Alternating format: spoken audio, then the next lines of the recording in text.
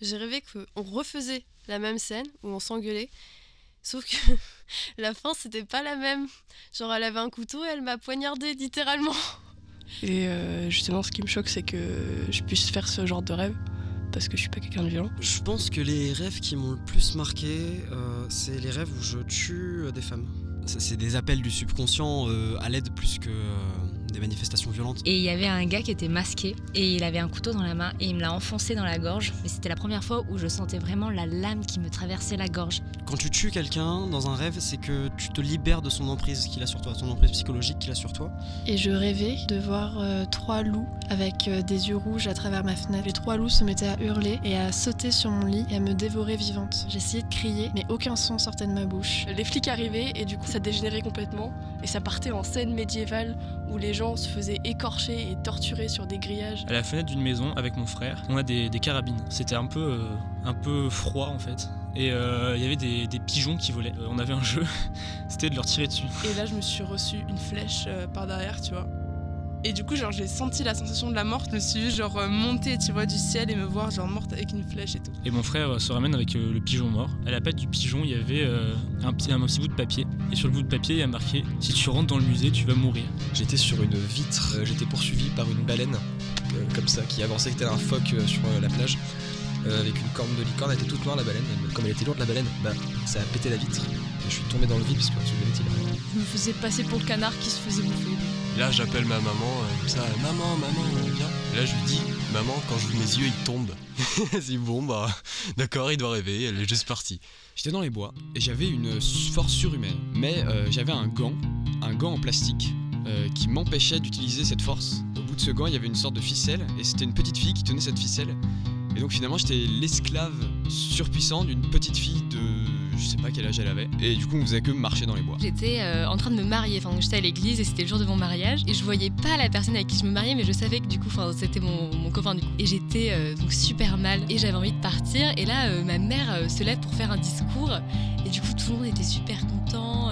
Et moi, là, je me mets à chialer, donc toutes les larmes de mon corps devant tout le monde. Je me suis réveillée en pleurant et en me disant qu'il fallait que je le quitte. Plutôt que de dériver des fonctions, en fait, j'étais en train de dériver des légumes. Je rêve souvent de mon ex. J'avais l'impression de voir dans ma chambre une grosse betterave qui gonflait. Genre un immeuble abandonné où il y avait des gens qui étaient très pauvres et qui vivaient là. Et dans ces gens pauvres, il y avait Cécile. Et dans ce garage, il y avait une autre porte de garage. Et cette porte de garage s'ouvrait très lentement. Et quand elle s'ouvrait, on voyait plein de jouets, d'objets et tout ça. Il y avait comme une entité. Après, on a essayé de chercher un restaurant pour manger. Et en fait, on s'est posé à un hôtel et pas un restaurant. Et à un moment, tout se mettait à s'effondrer. Et l'escalier s'effondrait juste derrière moi. Et ça faisait comme une boucle. J'arrivais en bas de cette côte et la côte elle bougeait. Et quand j'essayais de la monter, je glissais à chaque fois. J'arrivais pas à revenir chez moi. Et quand je revenais chez moi, mes parents habitaient plus là. Et j'étais en haut d'une tour de matelas, de trucs empilés à la con. Et en fait, je sautais. Et ce qui me réveillait, c'est l'effet de trou. Et il y avait un clavier d'ordinateur, mais pour moi, dans mon rêve, c'était un piano synthé. Donc je me suis mis à jouer. Et après, il y avait une mallette, et je l'ai ouverte, et je suis tombée dedans, et j'étais 7 mètres sous l'eau, et je me suis noyée, du coup, je me suis réveillée. C'était ma grand-mère, je la voyais tomber du toit de la maison. Et le truc, c'est qu'il y a 2 ou 3 ans, c'est arrivé. C'est même pas des flics, c'est des gens qui sont vraiment habillés en blanc, bizarres, qui chopent mon père, qui le mettent dans une boîte. Et du coup, la boîte, elle se referme toute seule, hein. C'est par magie le truc. Et je suis en train de chialer comme un porc.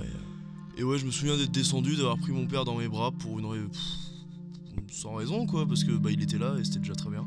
Je rêvais que j'étais dans une rue qui était en pente et je courais. J'étais poursuivie par un homme. Je rentrais toujours dans le même magasin. Je me cachais seulement sous la table. Et en fait, c'était tout le temps à ce moment-là où je me rendais compte que je rêvais. Et dans le rêve, en fait, j'essayais de me dire qu'il fallait que je me réveille dans la réalité, qu'il fallait vraiment que je revienne. Sauf que j'y arrivais pas. Et je croyais que j'allais rester bloquée dans mon rêve. Et à un moment, on s'est rendu compte qu'on était dans un rêve. Et du coup, on s'est dit, mais en fait, on est dans un rêve, on peut faire tout ce qu'on veut. Et du coup, on a commencé à monter sur les marches et à courir pour essayer de voler. Sauf qu'on n'arrivait pas du tout à voler. Ça ne marchait pas du tout. Et je sais pas ce qui s'est passé.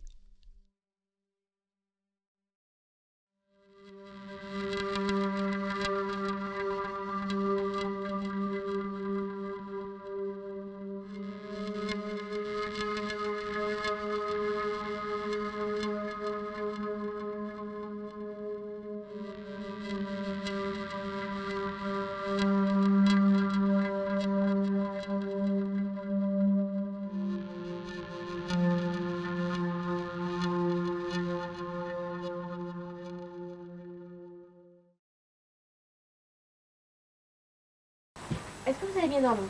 Oui. Très bien, c'est parfait. Est-ce que vous avez fait des jolis rêves tout en couleur? Oui. Moi j'ai fait un long rêve et c'était dans le noir. Et c'était un rêve de quoi, Artus? Du ciel noir. Du ciel tout noir? Bah non, du trou noir. Du trou noir? Et c'était un beau rêve, ça?